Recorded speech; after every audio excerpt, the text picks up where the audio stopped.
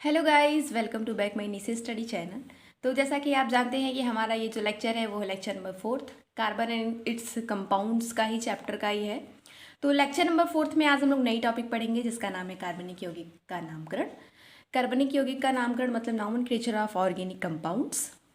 किसी भी organic compound का नॉमेनक्लेचर कैसे करते हैं, एक होता है सिंपल वे में जो जनरल फार्मूला होता है उसी पे बेस्ड वे उसका साधारण नाम होता है, हम उसको उस तरीके से कह देते हैं। लेकिन सेकंड जो हमारा मोस्ट इंपॉर्टेंट टॉपिक है यहाँ पे IUPAC नामकरण।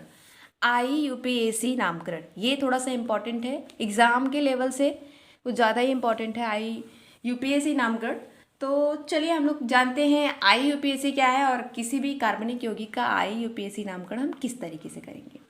तो IUPAC का फुल फॉर्म होता है international union of pure and applied chemistry.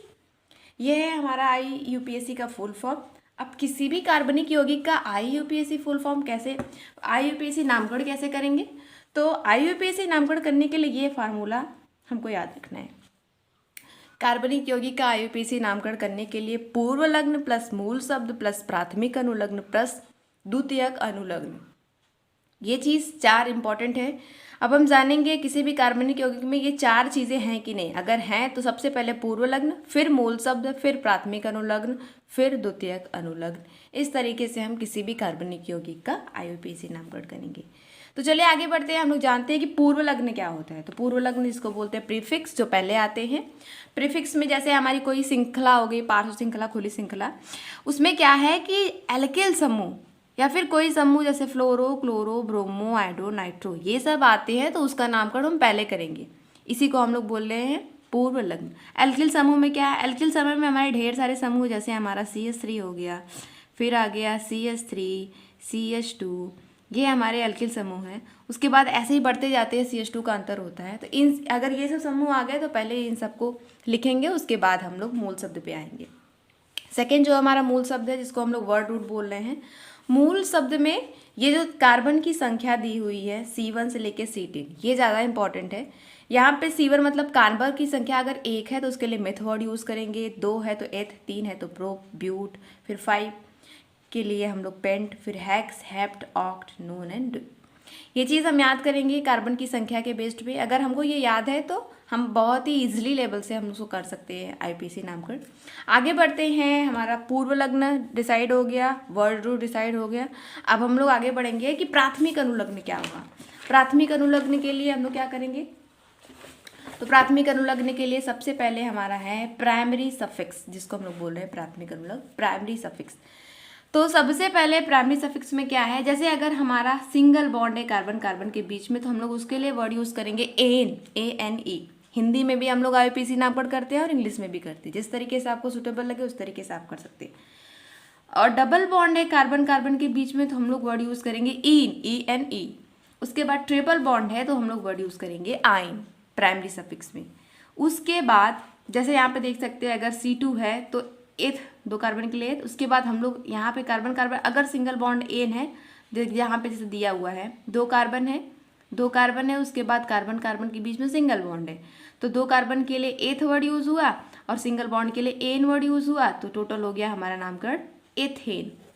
इस तरीके से यहाँ पे देखिए कार्बन कार्बन के बीच में डबल बॉन्ड है तो डबल बॉन्ड है तो इसके लिए वर्ड यूज़ करेंगे इन, और कार्बन कार्बन की संख्या जो है वो 2 ही है तो एथ प्लस इन नाम हो गया एथीन। सिमिलर वे में यहाँ पे 3 कार्बन है लेकिन कार्बन कार्बन के बीच में ट्रिपल बॉन्ड है, इसलिए इसका नाम हो जाएगा प्रोप। 3 कार्बन के लिए प्रोप, नाम हो जाएगा आइन, क्योंकि ट्रिपल बॉन्ड है तो नाम हो गया प्रोपाइन। इस तरीके से हम नामकरण करेंगे। अगर प्राथमिक अनुलग्न के बाद द्वितीयक अनुलग्न भी है, द्वितीयक अनुलग्न क्या होता है इसके लिए हम जानेंगे सेकेंडरी सफिक्स क्या होता है। अगर सेकेंडरी सफिक्स भी कार्बनिक यौगिक में दिया है तब क्या करेंगे, तो उसके लिए हमको पहचानना पड़ेगा। ये ग्रुप अगर दिया हुआ है इसको बोलते हैं अल्कोहल, अगर अनुलग्न में जोड़ेंगे तो उसका नाम होगा ऑल, अगर पूर्व लग्न में जोड़ेंगे तो उसका नाम होगा हाइड्रोक्सी। ठीक है। उसके बाद कीटोनिक ग्रुप दिया है, अगर हमारा इस तरीके से दिया हुआ है तो उसके लिए अनुलग्न जोड़ेंगे ओन, पूर्व लग्न होगा कीटो। उसके बाद अगर CHO है तो उसके लिए एल्डिहाइड उसको बोलते हैं, और अनुलग्न जोड़ेंगे तो अल होगा, पूर्व लग्न जोड़ेंगे तो एल्डो होगा। कार्बोक्सिलिक अम्ल इसको बोलते हैं COOH को, अगर ये है तो उसके लिए अनुलग्न ओइक और पूर्व लग्न हाई कार्बोक्सी। उसके बाद अगर कार्बन कार्बन डबल बॉन्ड है, ये तो हमने ऊपर पढ़ लिया है, इसके लिए ईन, चाहे अनुलग्न हो या फिर पोरुलग्न हो। चलिए अब हम लोग थोड़ा सा 4 रूल हमने जान लिया। हमने क्या जाना कि हमने जाना कि सबसे पहले हमने क्या देखा, सबसे पहले हमने देखा कि पूर्वलग्न क्या है, पूर्वलग्न में प्रीफिक्स क्या होगा, फिर मूल शब्द क्या होंगे। अब हमने ये 2 चीज़ें जान ली है, हमने प्राइमरी सफिक्स भी जान लिया और सेकेंडरी सफिक्स भी जान लिया। अब हम अप्लाई करते हैं, क्या हम इसको कर सकते हैं? तो फार्मूला याद रखिएगा, कार्बनिक यौगिक का नामकरण करने के लिए क्या क्या है हमारा। सबसे पहले है हमारा, सबसे पहले मूल शब्द, उसके बाद प्रीफिक्स, फिर प्राथमिक अनुलग्न और उसके बाद द्वितीयक अनुलग्न। अब हम यहाँ पे देखिए, जैसे हमारा कंपाउंड दिया हुआ है CH3, इसका IUPAC नामकरण करना है। IUPAC नामकरण करने के लिए सबसे पहले हम कार्बन को देखेंगे, 1 कार्बन 2 कार्बन, 2 कार्बन दिया हुआ है, 2 कार्बन के लिए एथ यूज़ करते हैं, ठीक है। अब एथ यूज़ किया, उसके बाद कार्बन कार्बन के बीच में सिंगल बॉन्ड है, एन यूज़ किया तो नाम हो गया एथेन। ये तो सिंपल था।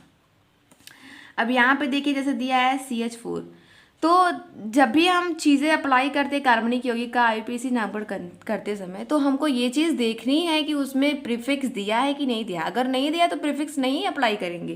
जैसे CH4 है, इसमें कोई प्रीफिक्स नहीं है, इसमें अल्किल ग्रुप नहीं है, ना ही फ्लोरो है, ना ही क्लोरो है, ना ही नाइट्रो है, वो चीज़ हटा देंगे।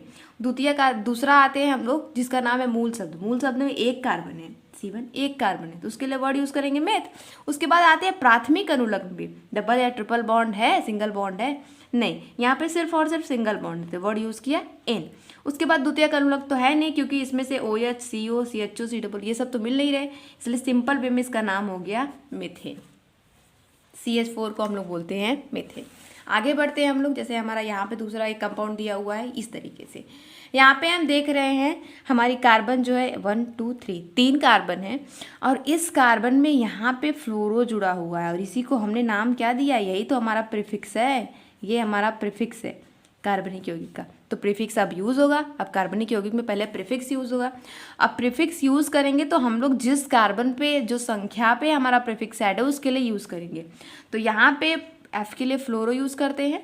यहाँ पे देख रहे हैं इधर से 1 2 3 2 नंबर पे फ्लोरो है, इसलिए इसका नाम होगा 2 फ्लोरो, ठीक है, 2 फ्लोरो। उसके बाद कार्बन, उसके बाद मूल शब्द में 3 कार्बन है, तो 1 2 3 हो गया हमारा। इस तरीके से हम पहले इसको डिसाइड करते हैं, उसके बाद ये तो हमारा डिसाइडेड ऑर्डर है IUPAC का।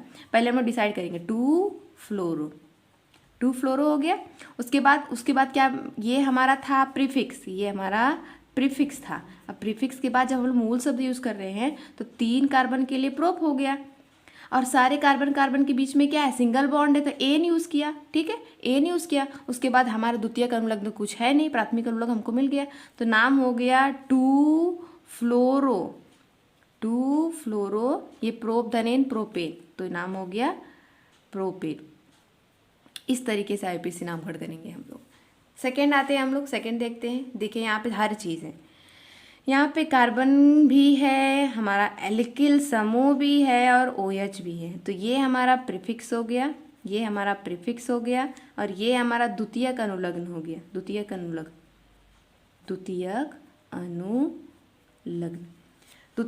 हो गया। अब जो ये हमारा द्वितीयक अनुलग्न है, इसमें हम लोग क्या क्या करेंगे, पहले प्रीफिक्स डिसाइड कर दिया। प्रीफिक्स जो है नंबर 1 पे, क्योंकि इधर से काउंट करेंगे तो ये चीज़, इधर से काउंट करेंगे तो इधर से 1 2 3 पे हमारा एल्किल समूह है। तो एक चीज़ आप लोग शॉर्ट फॉर्म में जान लीजिए कि जिधर से एल्किल समूह नज़दीक पड़ता है, हम लोग ऑर्डरिंग उधर से ही डिसाइड करते हैं, इसलिए इस नंबर फर्स्ट इस कार्बन को दिया है। यहाँ पे नंबर फर्स्ट कार्बन पे हमारा एल्किल समूह, तो इसलिए इसको बोलते हैं। अब एल्किल समूह में CH3 तो उसका नाम होगा मेथिल, ऐसा CH3 CH2 को इसका नाम हो जाएगा एथिल। तो इस तरीके से ऑर्डर डिसाइड होता है। तो यहाँ पे CH3 इसलिए इसका नाम हो गया मेथिल। तो 1 मेथिल, क्योंकि 1 नंबर कार्बन पे मेथिल जुड़ा हुआ है। उसके बाद यहाँ पे 1 2 3 कार्बन है, तो हो गया प्रोप, ठीक है, 3 कार्बन के लिए नाम हो गया प्रोपेन, क्योंकि सिंगल बॉन्ड है, प्रोपेन। चलिए प्रोपेन प्लस द्वितीयक अनुलग्न भी है। द्वितीयक अनुलग्न में OH समूह के लिए जुड़ता है, OH समूह के लिए क्या जुड़ेगा हमारा ऑल, इसलिए इसका नाम हो जाएगा प्रोपेनॉल, नॉल हो जाएगा, नॉट प्रोपेनल, प्रोपेनॉल। इस तरीके से इसका नाम हो गया 1 मेथिल 1 प्रोपेनॉल। सेकेंड आते हैं हम लोग यहाँ पे इस वाले कंपाउंड पे। इस वाले कंपाउंड में देखिए कोई भी हमारा एल्किल समूह वो नहीं है, एल्किल समूह भी नहीं है और हमारा प्रीफिक्स तो कुछ है ही नहीं। सेकेंड जब हम आएंगे तो कार्बन मूल शब्द तो रहना ही रहना है, मूल शब्द और हमारा प्राथमिक अनुलग्न ये दो चीज़ तो रहना ही रहना है। यहाँ पे देख रहे डबल बॉन्ड है, इसका मतलब एन तो है ही लेकिन डबल बॉन्ड भी है, तो इसलिए हम लोग मेजर अप करेंगे डबल बॉन्ड को, एन वाला नहीं करेंगे। इसलिए यहाँ पे देखेंगे कार्बन नंबर 1 2 3 4, चार कार्बन के लिए C4 कार्बन के लिए हम लोग वर्ड यूज़ करते हैं ब्यूट वर्ड यूज़ करने के बाद हम लोग क्या करेंगे, यहाँ पे डबल बॉन्ड है, एक नंबर कार्बन पे डबल बॉन्ड जुड़ा है, इसलिए इसका नाम हो गया 1 ब्यूटीन, क्योंकि but plus ene butene 1 butene. इस वाले को देखेंगे CH2 सिंपल है, दो कार्बन के लिए एथ यूज़ करेंगे प्लस डबल बॉन्ड है इन, तो 1 एथिन इसका नाम हो गया। इस कार्बन के लिए भी सिंपल वे में इसी तरीके से यूज़ करेंगे, दो कार्बन है एथ हो गया, लेकिन ट्रिपल बॉन्ड है तो आइन हो गया, इसलिए इसका नाम हम 1 एथाइन भी कह सकते हैं या फिर सिमिलर वे में हम लोग एथाइन भी बोल सकते हैं। अब बातें आती है कि मेथेनॉल, ये देखिए मेथेनॉल, ये मेथेनॉल इसका नामकरण कैसे हुआ, ये इस तरीके से CH3OH, एक कार्बन है, यहाँ पे कोई भी हमारा प्रीफिक्स नहीं है बट हमारा द्वितीयक अनुलग्न में इसमें जोड़ते हैं ऑल, तो नाम हो गया मेथेनॉल। इस तरीके से IUPAC नामकरण सिंपल वे में हम लोग कर सकते हैं। अक्सर जब भी हमारा कार्बनिक यौगिक का एग्जाम लेवल से जो पूछा जाता है कार्बनिक यौगिक का IUPAC नामकरण, उसमें सारे रहते हैं, उसमें हमारा प्रीफिक्स भी रहेगा, वर्ड रूट भी रहेगा, प्राथमिक अनुलग्न प्राइमरी सफिक्स भी रहेगा और सेकेंडरी सफिक्स भी रहेगा। तो इस तरीके से हम जो द्वितीयक अनुलग्न है उसको ज़्यादा देखेंगे, उसको केयरफुली याद करेंगे कि द्वितीयक अनुलग्न में जितना 4-5 मैंने बताया है वो चीज़ आप देख लीजिएगा। आइए यहाँ पे देखते हैं, कुछ अदर एग्जाम्पल दिए हुए हैं, ये इजी है, यहाँ पे डायरेक्ट बस करना है 1 नंबर 2 नंबर और 3 नंबर। तो कार्बन की संख्या 3 हो गई, क्योंकि इसमें कोई भी हमारा प्रीफिक्स नहीं है, तो नाम क्या लिखेंगे हम लोग, प्रोप, 3 कार्बन के लिए प्रोप होता है, प्लस सबके बीच में सिंगल बॉन्ड है, प्राथमिक अनुलग्न हो जाएगा एन, नाम हो गया प्रोपेन ना। उसके बाद second CH3 CH2 CH2 CH3 1 2 3 4, 4 number carbon है, 4 नंबर कार्बन के लिए ब्यूट होगा, 4 नंबर कार्बन के लिए क्या यूज़ होगा, ब्यूट होगा, प्लस एन क्योंकि सिंगल बॉन्ड है तो हो गया ब्यूटेन। इस तरीके से इसका IUPAC नाम पढ़ करेंगे। उसके बाद CH3 CH2 CH2 CH2 CH3, यहाँ 5 कार्बन है, 1 2 3 4 और 5, 5 कार्बन के लिए वर्ड यूज़ करते हैं पेंट प्लस एन, क्योंकि सब में एन है तो नाम हो गया पेंटेन। कहीं कहीं भी इसी को देखेंगे तो लिखा रहता है यन पेंटेन या फिर यन ब्यूटेन, तो यन वर्ड यूज़ करते हैं, मोर देन कार्बन अगर हो जाता है और सिंगल बॉन्ड है तो यन वर्ड यूज़ करते हैं। अगला देखते हैं, यहाँ पे कार्बन की संख्या एक और बढ़ गई है, 4 5 और 6 यूज़ हो जाएगा। 6 कार्बन के लिए यूज़ करते हैं हम लोग हेक्स प्लस एन, तो नाम हो गया हेक्सेन या फिर यन हेक्सेन सिंपल वे में। ये एक कार्बन और बढ़ गया, एक कार्बन और बढ़ गया, 5 6 और 7, एक कार्बन और बढ़ गया तो उसके लिए वर्ड यूज़ करते हैं हेप्ट प्लस एन, नाम हो गया यन हेप्टेन। इस तरीके से हम किसी भी कार्बनिक यौगिक का IUPAC नामकरण कर सकते हैं। तो आज के लिए सिर्फ इतना ही, मिलते हैं हम लोग अगले लेक्चर में। Thank you.